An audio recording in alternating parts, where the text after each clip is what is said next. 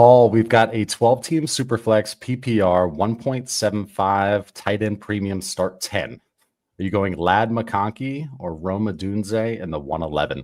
Go ahead, man. Well, anybody that happens to follow me on Twitter probably knows my answer to this question because I've been poking the hornet's nest a little bit today on X about Roma Dunze. Look, I'm not the highest in the world on him. I like the Lad McConkey side of this trade. I can't fault anybody for wanting to go with the guy who was viewed as the better prospect a year ago. Certainly has a lot lining up for him in year two.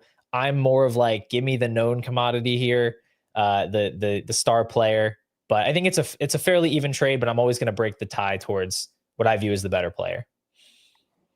With that 111, are you automatically trying to turn that into any 26 first if you can? Do you even think twice, or do you like the players enough around 111?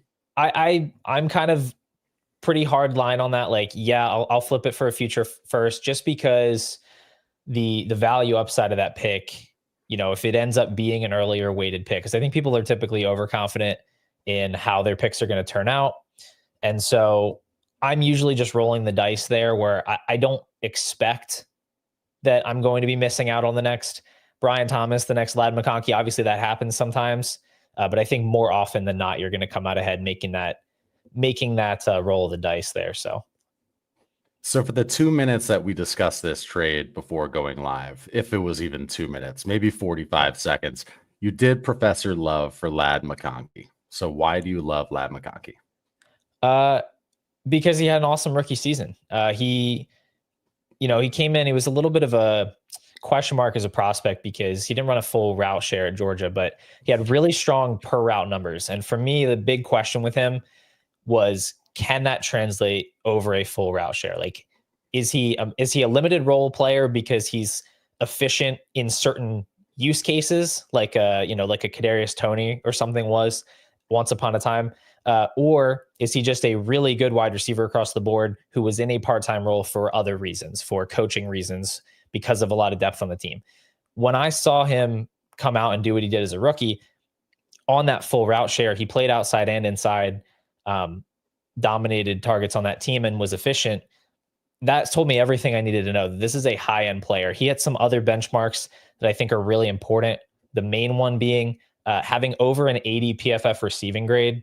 I know a lot of people don't get into PFF grades. If you look at every rookie wide receiver, though, to crack 80 in the receiving grade is literally only superstars. Like, the worst player, and worst in quotes player on that list, is like Terry McLaurin. Like it's basically a foolproof list of like, these guys are high-end wide receiver 2s, wide receiver 1 type of producers. So it's just a matter of having absolutely no questions moving forward about his talent. And I think the big thing for some people is they don't believe he has like that top level of upside. I view him as kind of in the mold of an Amon-Ra St. Brown, a guy who plays in the slot a lot, but can also move outside. He's not coming off the field in 2 wide receiver sets, and he's tied to an elite quarterback. Yeah, sounds like a good combination there. And he's likable and has a cool name. So Sure, he's got a ton going for him. No doubt. All right, let's put this question up. Get a little baseline on you here, Paul. So first, tell us about pure potential, and then tell us about yourself as a dynasty player. Go ahead. Sure. Yeah. Pure potential. My YouTube channel I started a little over a year ago. I had been doing a podcast before that. It was called the Pure Potential Podcast. Before that, it was called Dynasty Football Factory, or the Factory Tour. It was with Dynasty Football Factory. So, I jumped into this YouTube channel. My goal was mainly to talk about dynasty strategy. I think when you talk about what kind of dynasty player I am, I'm someone who likes to kind of have some principles that I work from, that I try to apply in each situation that I find myself in, kind of trying to not remove emotion from the game entirely, but kind of rely more on historical trends, numbers, and making decisions where, I'm looking at things more in terms of a range of outcomes rather than kind of definitively saying this is going to happen and this is not going to happen. And so I wanted to bring that type of analysis to my channel, and that sort of just evolved into, whatever was the hot topic at the time, because I wanted to keep making videos. So, do some rookie stuff that picked up. Really didn't hit a big time break until I did my series of strategy videos early last summer. I think I said something like, this is the biggest mistake dynasty managers make, or something like that. And that one kind of popped off like 10,000 compelling titles. Yeah. And I had been looking at like titles and thumbnails, like what do people click on? Obviously made it actionable too, not trying to be a clickbait artist or anything, but that did get some attention. And that was when I started to really lean into the strategy side. So that is definitely my passion. The player takes are fun too, but it really comes back to figuring out kind of ways to beat the game in more of like a broad sense. Sure. No, I definitely, you caught my attention. Like I said, before we started, there was this one video of the view to subscriber ratio was bonkers. I was like, wait, who's this guy here? So yeah, you've been growing fast, man. Congrats. It's a grind. It's a grind. I know it, but it is, you're in such a fun time right now. Blast. Yeah. Oh, it's so fun. So what is your favorite format? So you're doing a startup, you've got complete control, you've got full reins. What are you setting it up as? I'm kind of a vanilla guy. I'm trying to branch out into some different stuff, but I like 12 team. Superflex is a must. I like tight end premium. I think it adds a little bit more of a wrinkle to the game where it makes more tight ends valuable, I guess you could say. It adds more valuable trade chips to the pool, which I think is always a good thing. So 12 team, Superflex, tight end premium. And I'm coming to realize about myself that I absolutely hate half PPR. I think it makes things so much more like touchdown dependent, which to me feels so much more like the luck of the draw, which maybe is fun for more people. For me, I like PPR a little bit better just because it's a little bit more predictable. So even though I know, you've got like the Wan'Dale Robinsons out there that scam their way to 10 PPR points, I still like the kind of more predictable nature of targets and receptions. I can put it in a spreadsheet. It makes more sense to me than just the touchdown. So kind of like that. A big thing for me as well, this isn't technically a league setting, but third round reversal is one of my high horses that I have to get on from time to time. It's a must. It's a must for me. Like it's almost like the default now, right? Isn't it the default now? I think it's starting to become that, but sometimes I'll join into a league where people haven't really heard of it or they don't talk about it. And I'm like, no, you don't understand. Like Jaden Daniels and Josh Allen and Lamar Jackson, like these dudes are cheat codes and we need to balance this stuff out a little bit. So that's a big one for me as well, would be the third round reversal. And the last thing I'll say, I like a little bit deeper starting lineups. Give me 10 or more, 10 or 11 starting slots. And why do you like deeper starting slots? I think I know the answer, but for people listening, gives you more chance to recognize your edge, right? If you know more, if you're able to identify deeper players that are going to hit, if you're able to identify players that are going to hit, but maybe not in like a league winning type of way, the smaller you make the lineups, the more the league just becomes, how do I trade everything I have for a handful of superstars, right? How do I get Bijan and how do I get Nico Collins and whatever? You make the lineup a little bit deeper. You can actually feel good about hitting on like a Jalen Coker type or, a deeper running back, like a Jalen Warren, if he gets some run this year. So I just think it makes the game a little more interesting. And there's more ways to like frame trades. Whereas in my start 9 leagues that I'm in, it's basically like, how many things can I put on this side to get a star player on the other side? Exactly. Can I give you 4? You give me 1 because I just want if you hit accept. Yeah, exactly. No doubt. Yeah, I've got a couple. My first 2 leagues, you mentioned half PPR not being the biggest fan. My first couple leagues are 12 team, half PPR, start 9. And those are the ones I go into the least. When I pull up the app. That's my first league too, exactly the same. It used to be a 1 quarterback league. We actually did like a multi-year transition into Superflex, which I was grateful for to at least add that to it, because I can't handle 1 quarterback leagues, man. They drive me crazy. Yeah, but exactly. I can't league shame, but I'll tell you what, I'll never play in a 1 QB league ever. I never played in a single one. And I would never start now. If people like it, then that's fine. Like it's a game, do what you like. But I just don't like it because it basically takes one position and makes most of the players at that position completely useless. Like, so it eliminates like 25% of the trade opportunities. So I don't like it a lot. Fair. Okay, let's go to we're gonna go to the crowd. We got a lot of nice comments in here, a lot of pure potential fans.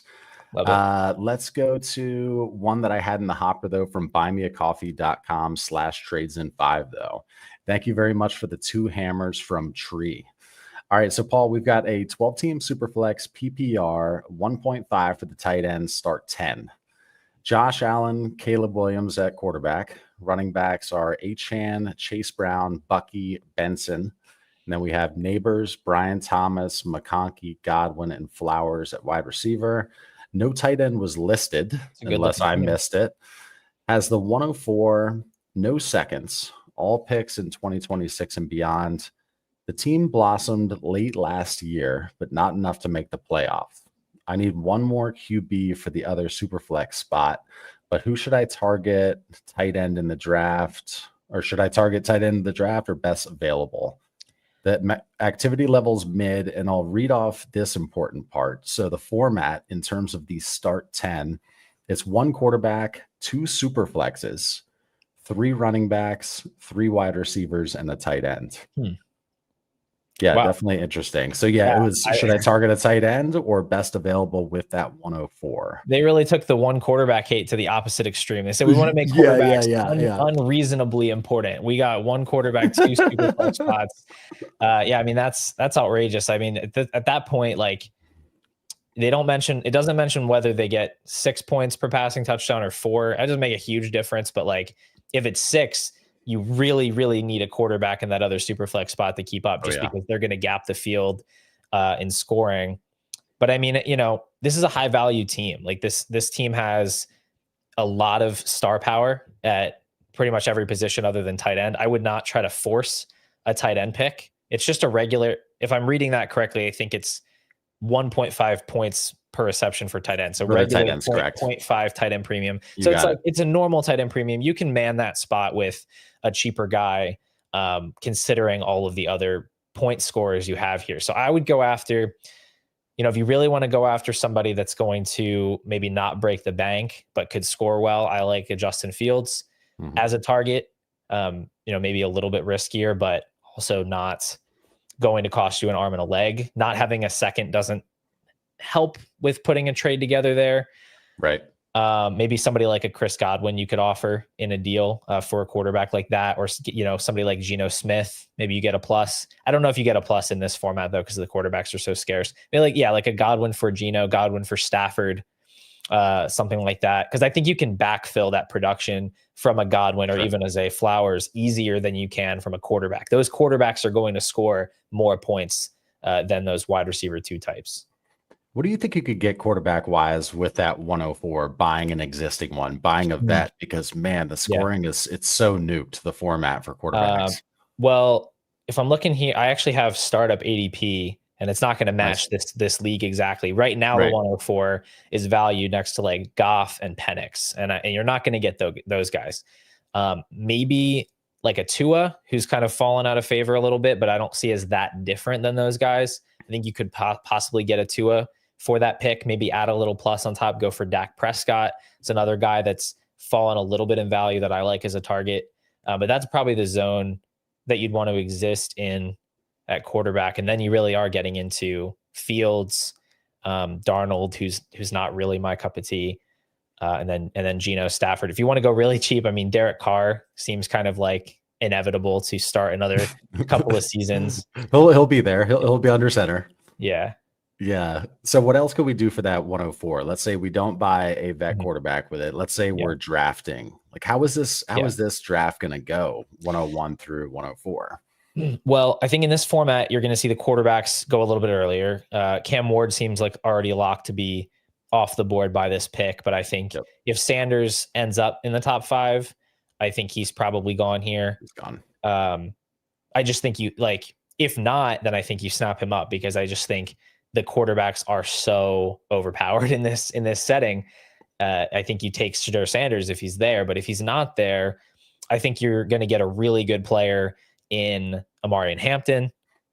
If both the top quarterbacks are gone, I like Hampton there.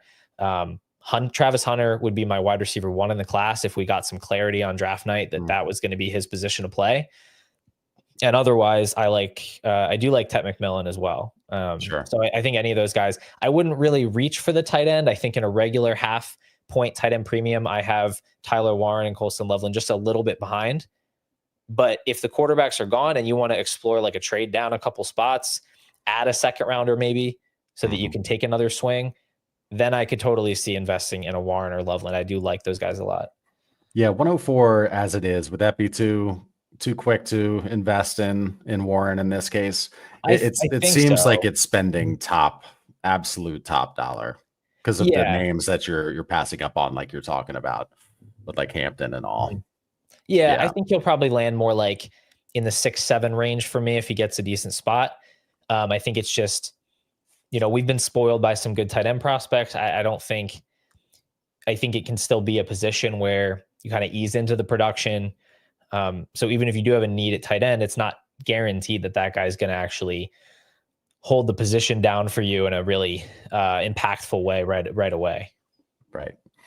We got Blitz Rules 240 Clay and Pure Potential collab. Let's go. And then someone said here, Lion of Lannister. Yo, I suggested Pure Potential a few weeks ago. Nice. Yeah, I sent out this survey to the community saying, hey, who'd you like to see? Who are your favorite creators? And yeah, Paul here, Pure Potential was on there.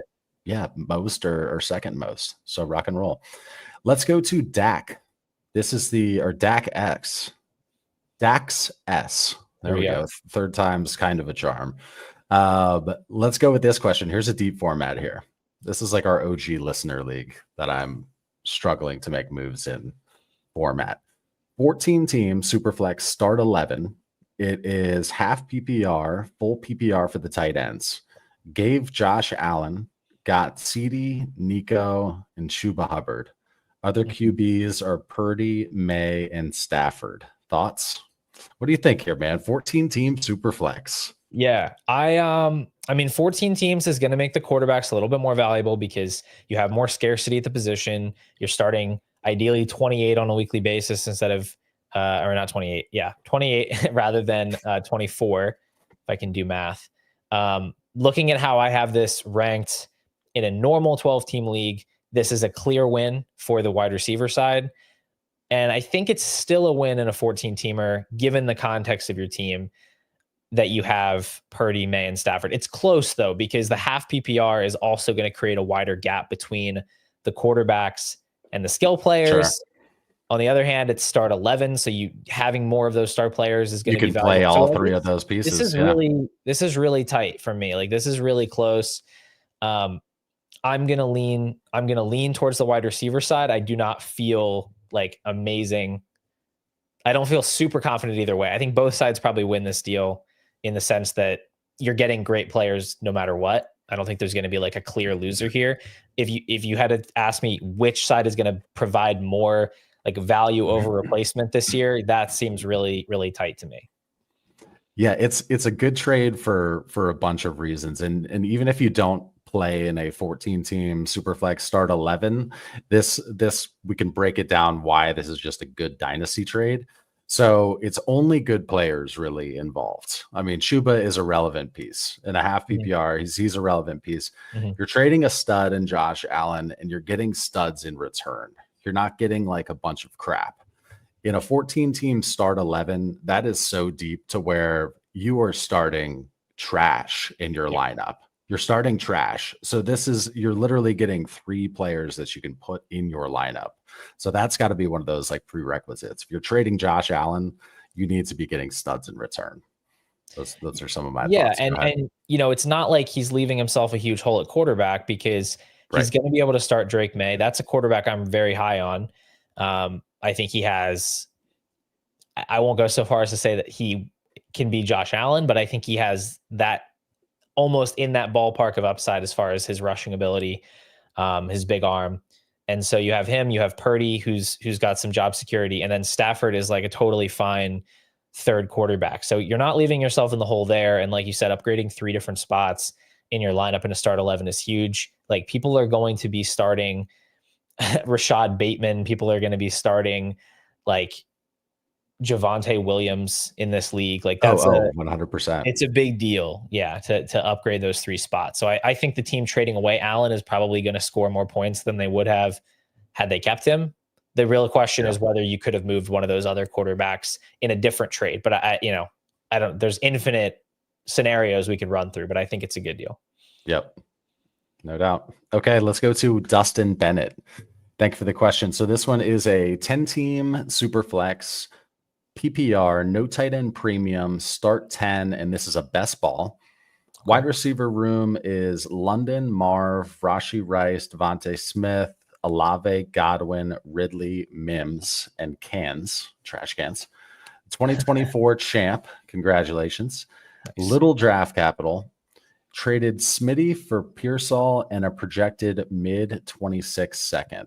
Thoughts? So this is a best ball. Mm-hmm. You're trading Smitty for Pearsal and a mid 26 second. What do you think, Paul? I would view that deal as, I think it's selling Devonta Smith a little bit low. Thinking about this, so as a 10-team league, a projected second, or I should say a future second, has a little bit more value upside in terms of the type of prospect that can get you, because on the earlier side, if it's the 204, that's the 202 in a 12-team league. If it's the 201, that's the 111 in a 12-team league. So you get a little bit more bang for your buck if that pick turns out to be early. I have some questions about Pearsal. I feel like I'm a little bit behind the market on him. Just not that I don't like him or anything. I just didn't see quite enough from him as a rookie to be totally ready to just anoint him as the next big receiver in San Francisco. And Devonta Smith is a guy I probably like a little bit more in a best ball format than in a managed. I don't think he's going to provide massive points per game, but I think he is going to be someone that, we saw it in the Super Bowl. He will have big spike weeks. He's still fairly young. He's tied to a functional offense with a good quarterback for a long time. He's the type of wide receiver I think I like having in best ball, just a nice deep bench of those guys. So, if it's a loss for the Pearsal side, it's a small one, but I think I would take Smith here. Fair enough. Okay, let's go to another question here. Is this another one from Tree? Yes, we had another one from buymeacoffee.com/trades in 5. Tree, thank you for your question. This one is a different format. This is a 10-team 1QB PPR start 8.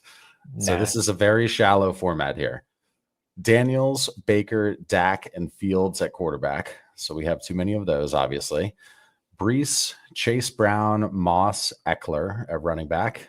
We have Ceedee, Amon-Ra, Garrett Wilson, T. Higgins, Flowers, Shakir, and then Hawkinson, Taysom, Ertz at tight end. No 25 picks, has a 26 second, and then all futures. And then there's a trade here. Let's see. Give Fields, Breece, Flowers, and you're getting the 101. Yes. He's got Jeanty penciled in there. Yeah, right. Yes, do it. I'm worried. No, it's fine. I'm worried about Breece's touches this season, so it makes sense to pivot to Jeanty, but maybe keep Breece and use these pieces for a cheaper backup running back, he asks.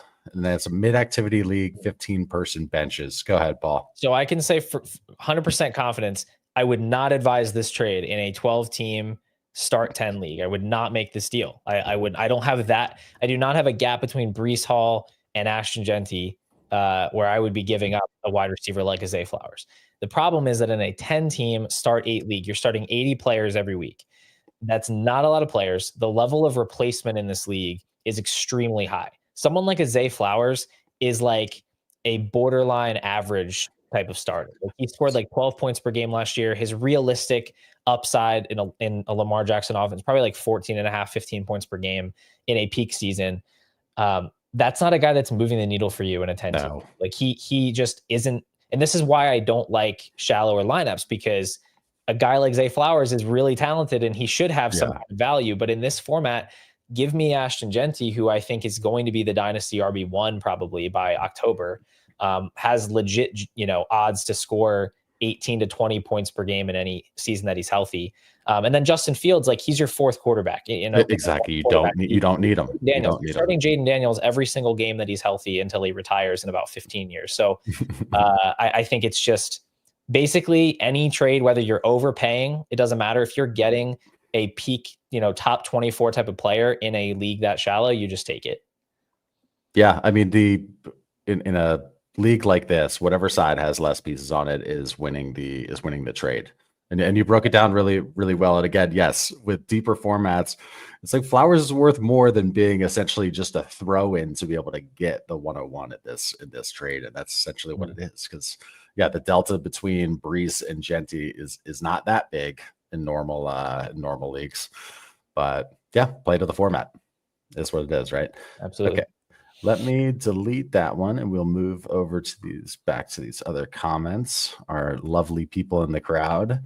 Let's see. Let's go to this one from Dominic Bendetti. Thank you for the question. This is a 12-team half PPR start 9. It is full PPR for the tight ends. 1 QB. Mahomes, May at quarterback. Bijan, Rashad White at running back, Rashee Rice, Worthy, McConkey, Adunze, Wicks, Pierce. And then we have Laporta and Kmet at tight end. The 104, 111, 208, 303, and then the 408. Let's not forget that. What is this here? Is this a trade? Looks like Jesus. that's the trade. Worthy, What the hell? Okay, I got it. Okay, so Worthy, the 111, a 26 second, or Nico Collins and Zach Charbonnet. Yeah, here we go. He laid it out better right here. Worthy 111 or 26 second, or Nico Collins and Charbonnet. What do you think? All right. My answer here is pretty easy. Can you throw the league settings back? Yeah, of course. Just so I can 12 team, half PPR, start 9. Yeah, that's what I thought. Another one of those smaller starting lineups. Now, I think in any league format, I'm taking Nico Collins here, but especially in a start 9 league, it's the same principle we just talked about. It's these lower level assets where, yeah, they're totally startable. You know, start 10, start 11. Xavier Worthy is a useful player. In a start 9, he becomes closer and closer and closer to that guy that is, you know, first off the bench, easily replaced. So I'm absolutely paying this price. You know, like I said, I would do this in a regular league, but I would smash this in any kind of a shallower format. You know, Worthy plus 111, I think, is cheap for Nico Collins, and then 2026 second in Charbonnet. That's pretty much a wash to me. Yep, I'm on board. Agreed. Let's go to this one from Ari Sigmund. This is a 10-team Superflex start 12. Give Ceedee, Chuba, and you're getting Rashee Rice, the 106, and Tyreek Hill. Okay, 10-team start 12 Superflex. This is much closer to my my normal wheelhouse here. And yeah, this one's, I could be tempted to go the package. It's just a matter for me of what I do with the 106. Yeah, it's close for me. I think I really do like Rashee Rice as an asset right now, or like as a buy right now. I saw some tweets that from one of the legal guys. I can't think of his name right now, but basically talking about how there really hasn't been any movement with his legal stuff. There's a chance that he just goes this entire season without getting another season without getting a suspension. The injury stuff has been pretty positive reports. So, I mean, he could be theoretically back healthy this season for 17 games. Right. He was on pace last year to be like a top 5 fantasy wide receiver. So I think that is weighing into my decision here.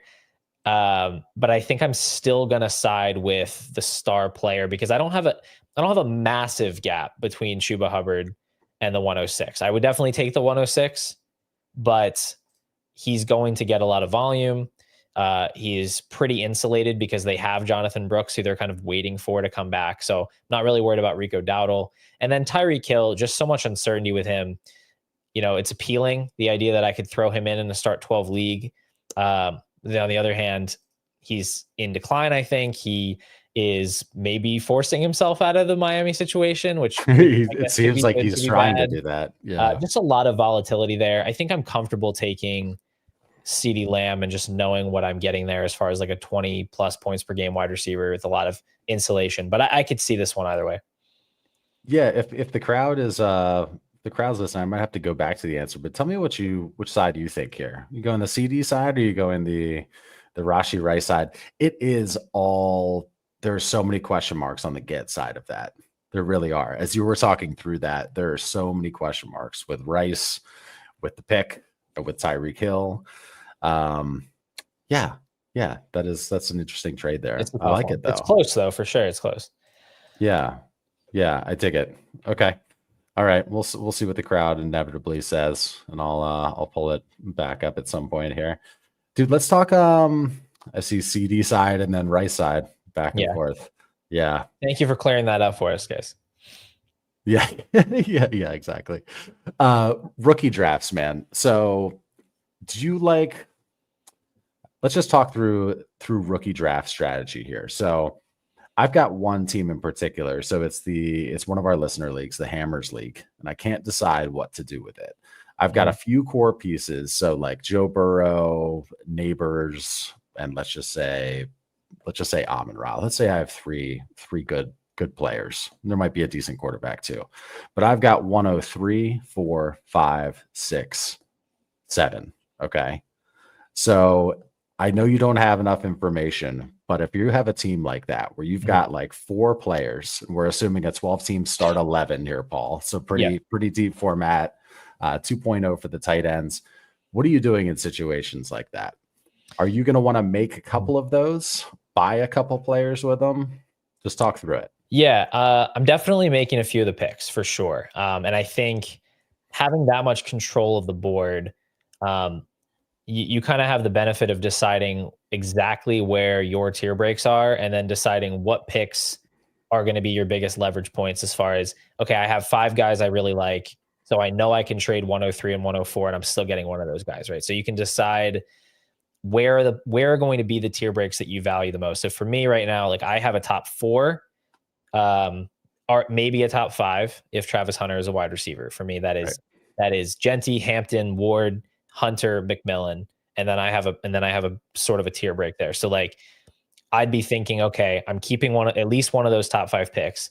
And then it's as far as, how much depth do I guess one question would be, how much depth do I have? Because if it's a deeper format, like can I break down 1 or 2 of these picks, trade back further into the first and pick up a second? Can I trade one of these picks for, 2 starters that I can use? But I do think I would end up making at least a few of those picks. And I think you didn't mention a tight end there. I think that's a spot where you could, maybe you hang on to the 107 pick if this is a tight end premium format. It is. It's a 2.0 for tight ends too. So I okay, that changes. Yeah, I might take 2 of them. That changes things for me. I was wondering. So I would change. So in that case, I would include Warren and Loveland in that same top tier that I just said, because I'm pretty high on those guys. If you're going to give them that kind of a bump in scoring, I'm just going to throw them into that tier. They're going to get first round capital.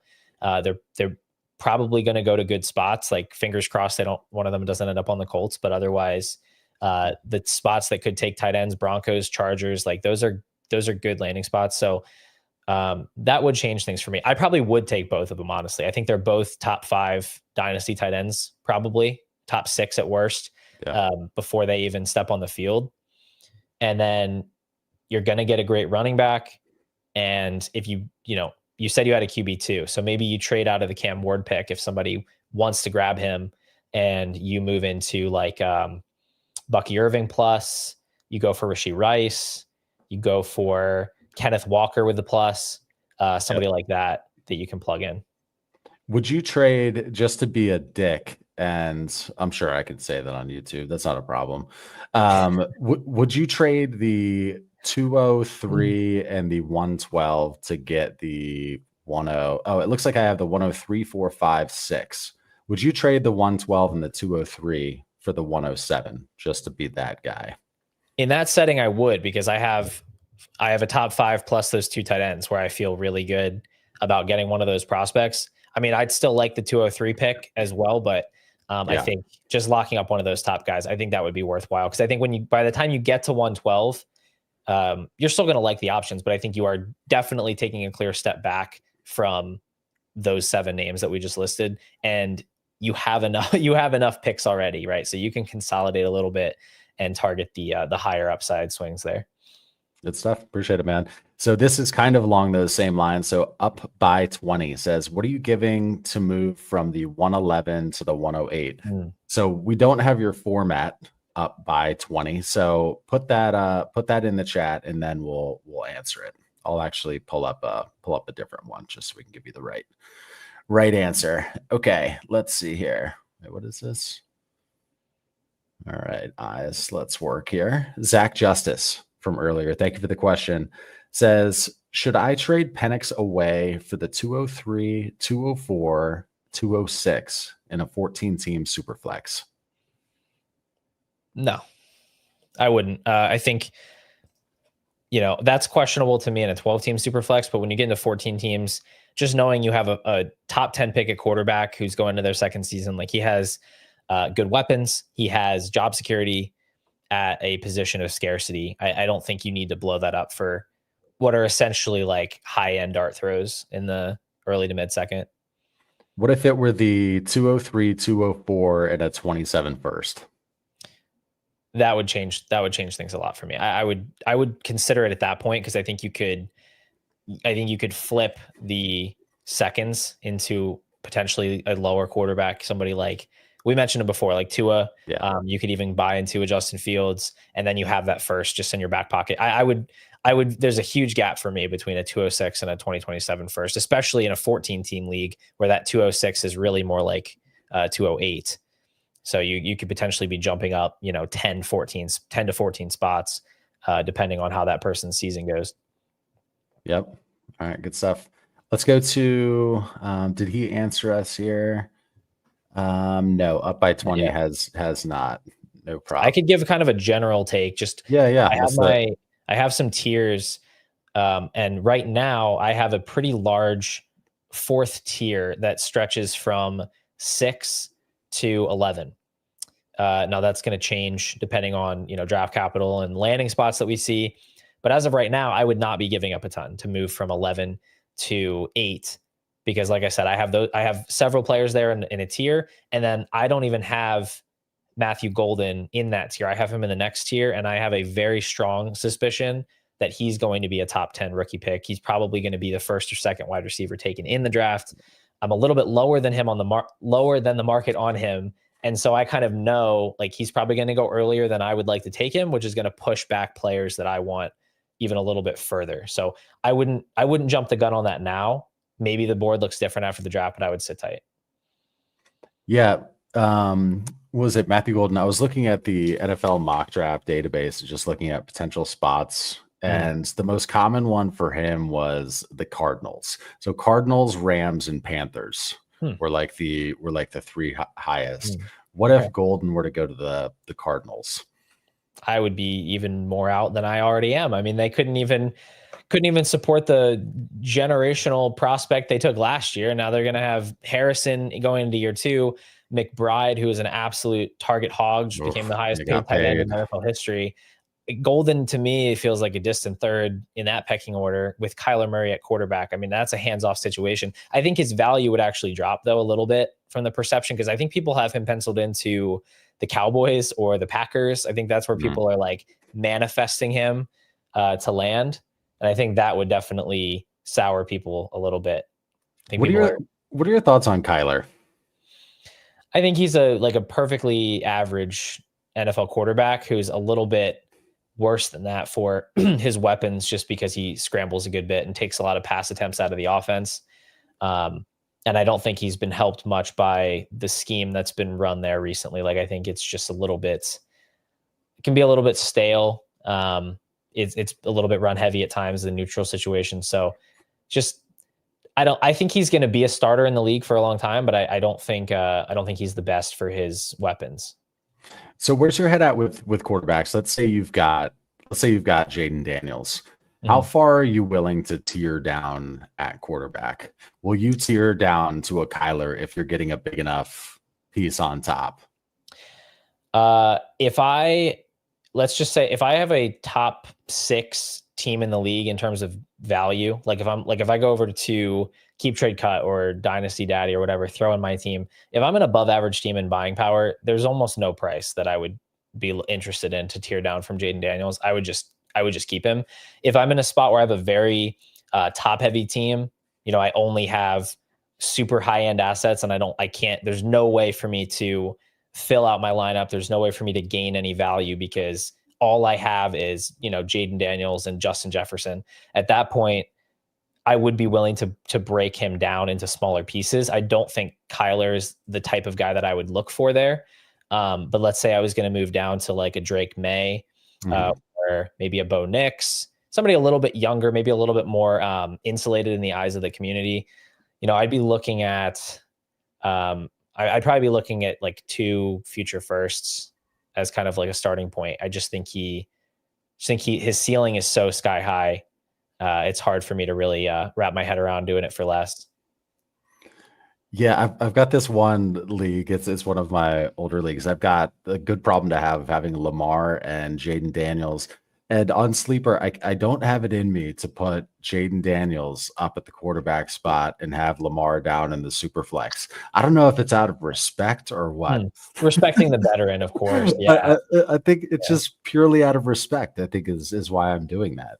Well, it's also, it strikes fear into your opponents when they're scrolling down and they're like looking at the, the lower level players, and then they get to Jaden Daniels, like a jump scare. They're like, oh my gosh, Jaden Daniels in the Superflex.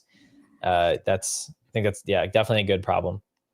Are you OCD with how you set up your rosters? Like the best wide receiver has to be the top one and all of that. Yeah. I have to put them up.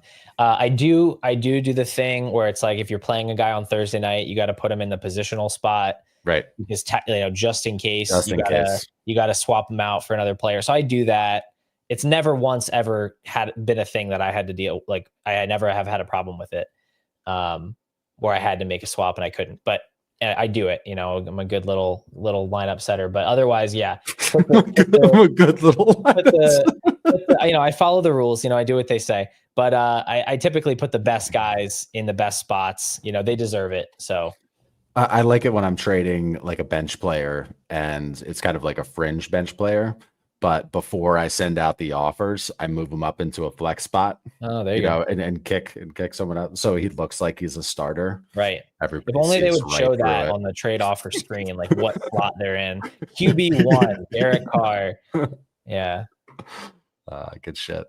Okay, let's go to this one right here from Philip J. Fry. I traded the 104 T. Higgins and Godwin for BTJ, DK, and the 307. Good or bad? And the format is 12-team Superflex, PPR. It's 2.0 for the tight ends, start 10, 6 point. Hurts, Herbert, Tua at quarterback, Ramondre and Cans at running back, BTJ, AJ Brown, Evans, DK, Worthy, and then Njoku, Ingram, and the 109. So again, traded the 104 T and Godwin for BTJ, DK, and a third. Yeah, there's a common trend is emerging in these deals where I just keep taking the side that has the superstar players, and I'm just going to keep doing it. Like I think on paper this is an overpay. If you plug it into Fantasy Calc, you plug it into KeepTradeCut, like you have given up more value than you should have in theory for Brian Thomas. But at the same time, the whole point of having a valuable roster is so that you can create the best possible starting lineup. You're in a start 10 league. You do not seem to be hurting for roster value or depth like Hurts, Herbert, Tua. That's a really strong quarterback room. BTJ, AJ Brown, Evans, DK, Worthy. That's a really deep wide receiver room. The running backs could use a little bit of help. You've got that 109 pick. I think that can help. So I just think it's a trade that's hard to lose because you can always trade Brian Thomas later. There's always going to be a market for a player like that if you need to trade him.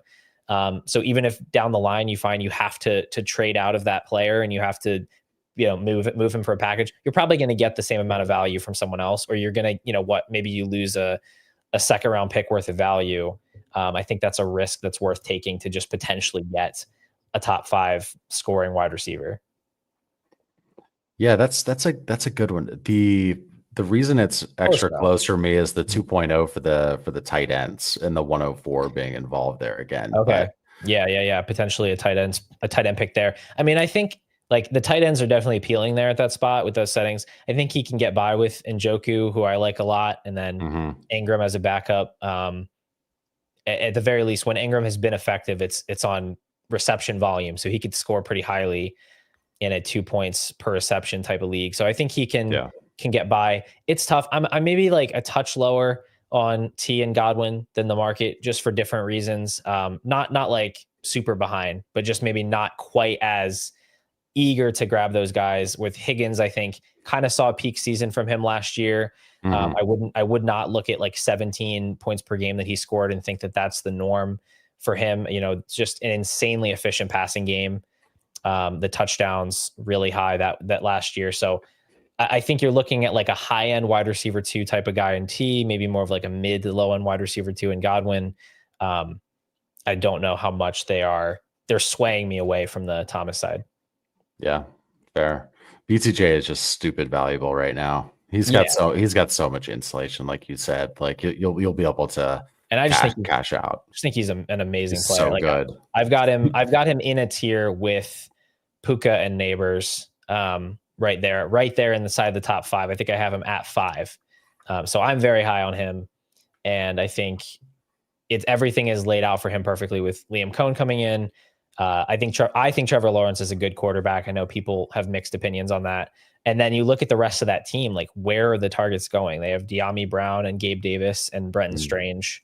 Like they have, this dude's going to have 200 targets this year. Like I don't know. He's going to get everything he can handle. What do you think about that backfield? So Bigsby and ETN they're basically like ranked the same these days, right? It's kind of like pick your poison kind of thing. But are they looking at going running back possibly, or what are your thoughts? I definitely could see them going running back. I don't think they do it. I mean, they definitely aren't doing it in the first round. I don't think they're taking Jeanty at 5. I could really see it at any time after that. Personally, I think ETN and Bigsby is like a totally competent duo that they could just ride with and maybe, you know, add a late player. But I don't have a good feel for what they're going to do. If they stand pat with these two guys, I prefer ETN just for the sheer fact that Bigsby does not catch passes at all. He's very much a 2-down grinder type of guy. I don't think he has a lot of scoring upside. I view him as just more of like an obstacle in the way of ETN putting up any kind of high-end scoring. But I think if one of these guys was going to put together kind of a ho-hum, you know, RB 18 type of year, I think it would be ETN on the back of like, you know, 40 something receptions and maybe falling in the end zone 6 or 7 times. Yeah. Let's go to this one right here. What is this? This love. I can't even read that. I'm not even, it's not even happening. Let's see. Let's go, Paul. The chat chants in unison.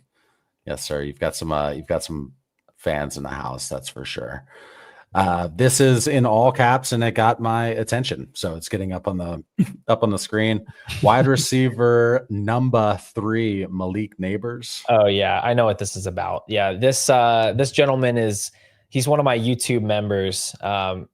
Wonderful. This is from Yella. Yella. He's started this movement that he is insisting that I move Nabers to wide receiver 3 in my rankings. And he's essentially protesting all of my live events, announcements on Discord. He will work. He came tonight. He came live tonight to tell you this. This is his platform. The funny thing is that I have Nabers ranked at wide receiver 6, but I have him back to back with Lamb, Puka, Thomas, and Nabers. Like it's like basically a coin flip between all of them. I have Nabers at the bottom because he has the worst quarterback. That's really it. Like they're all incredibly talented. There's a lot more volatility in the Giants offense. So that's why I have him ranked there.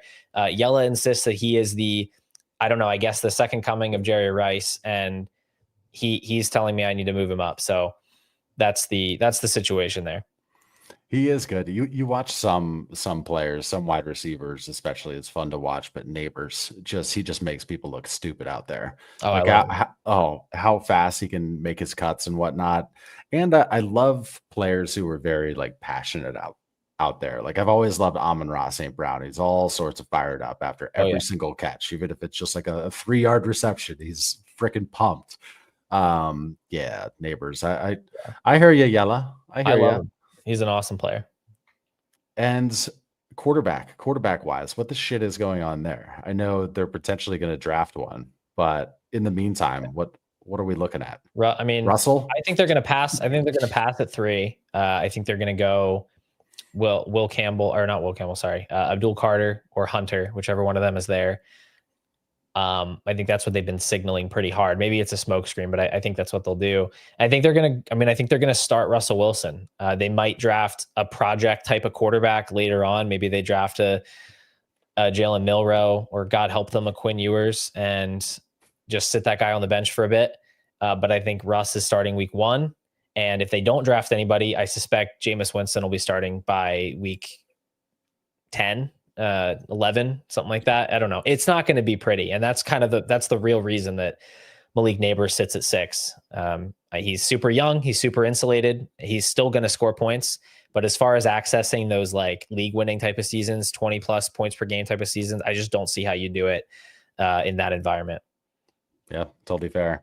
Grant Morgan says, if Omarion Hampton gets second round draft capital, does that change your thoughts about taking him at 102? Absolutely. Yeah, it does. It does change my thoughts. I mean, I'm still going to be high on him. Running backs that get early second round draft capital and probably to a good landing spot in that range. You know, the Bears have the 39th pick. They have the 41st pick. If he went in the second round to a team like that, I'd still be very high. But the reason I have him at 102 in my rankings right now is simply the hit rates of first round running backs. When a team selects a running back in the first round, there is a huge commitment there from the team that they have to make that work. You can't just take a running back in the first round and not give him the ball, because the way that you justify that pick as a general manager is, look how many times this guy touched the ball. He's super impactful. And with running backs, like, the only way they make an impact is it's not for most running backs, it's not on a single touch basis. It's on a volume of touches over time, making that impact. So it's just a very good track record. You look at even guys like Najee Harris that didn't turn out to be incredible talents. First round startup pick after his rookie year, just because, look, he got 350 touches and he's 22 years old. Yeah. Yep. Yeah. It's going to be, I can't wait to see where these running backs go, man. Mm-hmm. Honestly, everybody's waiting to see the Cowboys take one, right? Yeah. I mean, I don't think they're going to do it, but at least not in the first round. I think they could definitely do it after that. And that's going to be definitely a desirable spot. I will say the biggest thing that could change for me if Hampton goes second round, definitely easy for me to see myself ranking TreVeyon Henderson ahead of him. If they both go in the second round, I think if Henderson gets the better spot or even a neutral spot, I will probably prefer him. Yeah, it's going to be so fun. I'm just like picturing a couple of teams where I set it up to where I'm going to just hit the draft button on a couple of running backs. Like that was the plan going into it. It's like, all right, just come on. Yeah, it's one of those years for it for sure. Okay, let's keep going here. Let's roll. What are we? 52 minutes in, and I didn't even say hi to the 296 eyeballs it looks like that we have across the interwebs. Thanks so much for joining. Really appreciate that. Hit the like. Easiest way to help out this channel that is on a rebuild, if you will. Figuring out what to do. Retooling. Just a retooling. Yeah. Yeah. No, it definitely is. It definitely is awesome being on here. Okay, let's go to Tony Perez. I recognize this name. What's up, Tony? Says, traded my 26th, second, and third for Waddle in a 12-team Superflex PPR, no tight end premium start 10. I think most agree I won the trade, but wondering how you guys feel about Waddle. I feel he could have a bounce back season with the Hill drama. What do you think here? Is there still some meat on that bone? A little underachieving thus far for Mr. Jaylen Waddle. What do you think? Absolutely. This is a big win, I think, for Tony. I've got Waddle as like kind of the upper end of a tier of guys that I would view as late first type of players. So kind of in the range of like a 109, 110 pick. 26, just newly 26, front half of that year of his life. 3 straight seasons of 14 to 15 points per game to start his career. Really showed you everything you want to see from a young wide receiver as far as earning targets, being efficient on those targets up until last year. And I tend to think that Jaylen Waddle did not forget how to play football at the age of 26. I think there was some serious dysfunction with that offense. I don't think the design was for Jonnu Smith to outproduce Tyreek Hill and Jaylen Waddle. That was not the plan. For Devon Achane to be the wide receiver 1 on the team. Like, I don't think any of that was in the cards. I think it was an offensive line issue. I think it was a Tua issue. He had to get the ball out quick when he was on the field. And then when he wasn't on the field, the offense was totally non-viable with Tyler Huntley. So I'm high on Waddle as a talent. I can't say for sure that the Dolphins are going to get their stuff together, but I do think he's in for a better season in 2025. And I think if everything kind of aligns properly, I think he could absolutely get back into at least the 14, 15 points per game range. And I mean, you're laughing to the bank at the price of a second and a third. Yeah, great trade. Great trade. Even if you don't like Waddle, you make that trade. That is some cheap Waddle. Rodrigo, I want to answer this, but let's see if we can decipher this here. So Yeah. Should I trade Kenneth Walker for a 25 first or Lad McConkey? I mean, What can we do definitely for here? Lad McConkey. No questions about that. I mean, I don't know what kind of league settings you're in where that's like you getting a full point per carry or something. I don't know what settings you're in where that's a viable trade. But yeah, I mean, in any league I'm a part of, I would take McConkey. And then as far as a first, I have Walker ranked right around the middle of the first round. Yeah. So if it's a top 6 pick, I'll take the pick. If it's a bottom 6 pick, I will take Walker, assuming it's a traditional type of league. Yeah, well said. Okay, let's go to let's see here. Would you trade Michael Penix for JJ McCarthy? Here's a player take. Who do you like better, Michael Penix or JJ McCarthy? I like JJ McCarthy better. I know that he's a younger prospect. He came out early. He did not get drafted higher, but he did get drafted to what I would view as a better offensive system with at least slightly better weapons in Justin Jefferson, Jordan Addison, TJ Hawkinson. I think Sam Darnold's performance last year was just sort of proof of concept that the KOC offense is basically foolproof if you have certain basic competencies as a quarterback. I think McCarthy has that. I think he adds a little more juice as a scrambler than Penix does. So I have a tier ahead. This is from Luca Cruz. Says London and the 201 or AJ Brown and the 106. True contender. That's a good one. I'm going to go with the AJ Brown side here. I do have London. That's close. That's close for you. This one isn't that close for me. But go ahead. Are you going to say it's clearly the AJ Brown side? Yeah, okay. I Okay. think so. Yeah. I'm very high on London. I have him just behind the 101 in my rankings. And I've got AJ Brown down just a tier underneath, just for 2 reasons. There is starting to be a bit of an age disparity. Well, I guess they're always the same gap in age, but AJ Brown is getting to an age where he's going to have a harder time maintaining the value that he currently holds, where he's going into, I believe, his age 28 season. At that point, basically, if a wide receiver performs to expectations at age 28, they go down in value. If basically they have to be, prime Cooper Kupp, prime Tyreek Hill to kind of beat Father Time. And that's only going to be for a short while. Whereas Drake London, age 24, he might even still be 23 right now, but I think he's going into his age 24 season. I think he's going to score the same or better than Brown this season and moving forward. So I do have a good gap between them, but I think the 106 versus the 201 is enough of a difference in the caliber of prospect that would push me to the AJ Brown side. So London, you see it here at, I forget what I was reading the other day, or it was a comparison between Drake London and Ted McMillan, and that's not like a hot take comparison. But what do you think? What do you think in terms of that comp? Profile wise, are they close?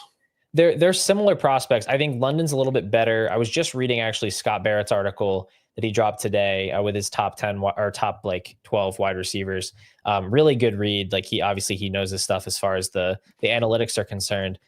They do look very similar analytically. What he points out, a couple things, much more significant target competition from London. He was in school with Michael Pittman and Amon-Ra St. Brown, whereas McMillan didn't really play with anyone of consequence other than Jacob Cowing.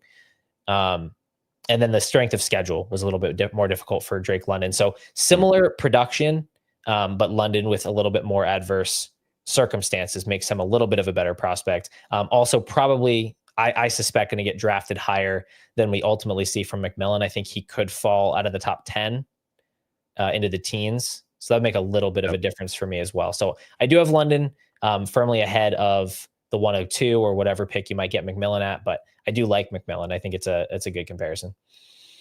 So here's another one from Yella. This is a 12-team Superflex start 11 PPR. Nabers in the 110 or Ceedee in the 203. Oh, he totally made this trade up just to get Malik Nabers involved here. You know my answer to this question. You have my rankings. This is a Nabers deal for sure because I have them back to back in the same tier. So yeah, I mean that 5-spot jump, but that's going to be enough for me to go ahead and swing. I think there's a very plausible outcome where you're looking at a totally different caliber of prospect at 10 versus 15th overall. So I will make what's basically a preference swap from Nabers to Ceedee, and I will take that better pick. Is the 103 for Garrett Wilson too pricey in a 12-team Superflex start 10? I think so. Not dramatically so. I have him ranked after the 104. I guess I just don't think it's the kind of thing you need to do. We're still a few weeks out from the draft, so you still have time for those picks to gain a little bit more interest, from your league mates. Some of them maybe still waking up from an off-season hibernation, getting to know the prospects. This feels like a situation where you just wait until you're on the clock. And at that point, if you really, really want Garrett Wilson, I promise you can still make that trade when you're on the clock. But why don't you wait? Because you might be able to trade that 103 for AJ Brown. You might be able to trade it for, whatever, Bo Nix, Lad McConkey even, I think is within reach depending on your league. So I think I soured on Garrett Wilson a little bit with how the quarterback thing played out this offseason. I think he's a great talent. Justin Fields, the amount that he's going to scramble / get sacked is going to really impact the amount of passing volume in that offense. And that's not to speak of any potential issues with, accuracy or point scoring for the offense. So I just think he has a really tough path to providing like a high-end season this year. Let's go to Big Breakfast. I remember this this person from the last stream because I was like, oh, is that like the gremlin thing? And no, apparently it's a Furby. It's a Furby, yeah, 100%. It's a Furby. Big Breakfast does have a question and a Furby. Has a 10-team Superflex PPR, no tight end premium, start 11. Quarterbacks are Burrow and Kyler. Then we've got Bijan, Connor, Hunt, and Benson at running back. Wide receivers, JJ, Lamb, Nabers, Devontae Smith, Ayuk, Amari Cooper. Tight ends, Gertz. Goddard and Ertz has the 102 and the 308 in 25. And then he's got an early and a late 26 first. Any moves? Thanks. Any moves? He wants me to do all the work for him. Doesn't even have any questions about what he needs. I mean, I think if you're listing Kareem Hunt as part of your running back room, you might have a depth issue there.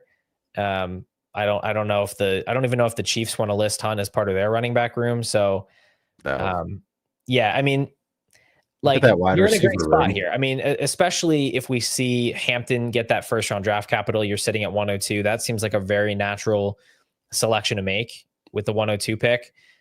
You certainly have no needs at wide receiver. Jefferson, Lamb, Nabers, Devonta Smith. I mean, that's unreal. Yeah, I mean, there's nothing that sticks out to me. I would say Brandon Ayuk is a guy that I'm a little bit lower on than the market. I'm just a little more concerned about what he's going to provide for you this year. Just with the timing of his injury, the nature of his injury. Yeah, they're still unclear if he's going to be playing most of the season or half or what, right? It's still kind of on the fence. Exactly. There's not a lot of clarity. I think he could easily start the pup. And then even when he's back on the field, you still have Kittle there. You have Jennings, who I think is pretty good, underrated a little bit. You have Pearsal, hopefully a healthy Christian McCaffrey. I just think the injury is a big thing to overcome. And then even once he's on the field, I'm not so sure he's anything more than like a high-end wide receiver too, once he gets up to full speed. So for me, I'm kind of hands off with him. If I can cash out for a 201 pick, 112 pick, which I think you can still get in a lot of places, that's something I would explore. Certainly not something you have to do right now because he's not gonna lose any value between now and when he gets back on the field. But I think I'd explore, see what people want to offer you for Brandon Ayuk. You can potentially put that value to use elsewhere. Yeah, the 102, yeah, you could make that pick, or you could move back a little bit and try to get another future first and still stay in where do you want to stay in the top what, Paul? If I ask you that, I want to stay inside the top what in this draft? 7, 8 you like, or you got to be earlier than that? In a non-tight end premium like we have here, probably want to stay inside the top 6. That's going to leave me Jeanty, Hampton, Ward, Hunter, Tet McMillan, and I'm going out on a limb here on Travion Henderson getting that second round capital, maybe to a nice landing spot. That's gonna give me a cozy top 6. If I'm trading back further than 6, which I'm willing to do, I'm probably going back to 10, 11, 12. Probably staying out of that 7, 8, 9 range right now. I don't see a lot of scenarios where that's a significant difference from those later picks. Good shit. Okay, let's just do like 2 more. Does that sound good, Paul? Absolutely. Does that work for you? Thing. Yeah. All right, rock and roll. Okay. Well, I'm just gonna pick from the list here. Let's see if we've got someone we haven't answered a question for yet. Here, this one's got that's a really interesting format. I gotta pull it up. From Orr. This is a 10-team, 1 QB, PPR, 2.0 for the tight end, start 12. This is not a combination you see in terms of a format. No, but it is tonight. So you are giving Tyreek Hill and you're getting Devontae Adams and AD Mitchell. Sexy. Well, unfortunately, the fun tight end premium 1 quarterback combination has absolutely nothing to do with this trade. You're trading 3 wide receivers here, so isn't making a whole lot of difference. Do you want anything to do with AD Mitchell right now? Does he matter in that trade in this format? Not in any really. format I have him ranked like around kind of an early to mid 3rd. So that's throw in territory. I have Hill currently a tier above Adams. I've got Hill as kind of a very late first type of guy. I have Adams like an early second, kind of like 202, 203. Right. So not a huge gap, but if you have a preference to Hill and you want to maybe free up a bench spot, pick somebody else up, I could totally see maybe making this little consolidation trade here and taking the Tyreek Hill side. Do you have something against the Texas Longhorns or something? You got AD Mitchell. You don't like Golden. I have something against Ewers. Their underlying metrics and how they do not seem to produce in a way that is conducive to fantasy points. So, I mean, Worthy was definitely the best of the bunch as far as his analytical profile. So far, he's been the best of the bunch in the league, but we shall see. So let's go to. I like Bijan Robinson. He's a Texas Longhorn that I can get behind for sure. Yeah. Back in like the Ricky Williams days. There you go. He was freaking awesome. Now he's just a big pothead, probably still. Right? I'm sure he got himself in that business somehow. And then let's go for Big Steve. Sent this from the Twitter machine, from the X machine. Oh, and look at that sexy avatar. It is Gardner Minshew wearing an Eagles jersey. Oh yeah, sunglasses. And is that like a crown on top of the football that he's throwing? Whatever it is, I'm digging it. Big Steve put in some work here. Yeah. Words. Yeah, use that your words. Where do you see Cam Ward going in rookie drafts this year, depending on how things shake out? Assuming a 12-team Superflex tight end premium start 10. Is he going to go 102 or 103? Yeah, I think his range is from 2 to 4, no matter what. I think Hampton getting first round draft capital, I think, is going to make him the consensus 102. I think that'll be Hampton's ADP will be 102.